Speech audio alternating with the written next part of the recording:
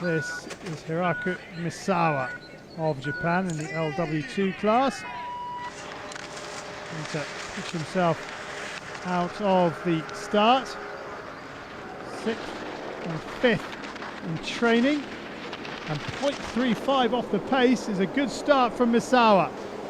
The Japanese Alpine team, whoa, as he winds the windows down.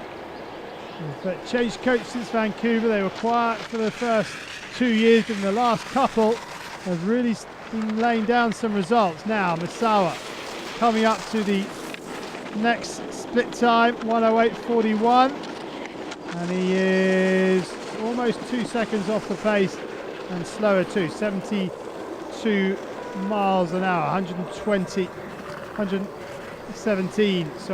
kph. So Misawa won't beat Salter's time, so it'll be left to Romain Ribot of France.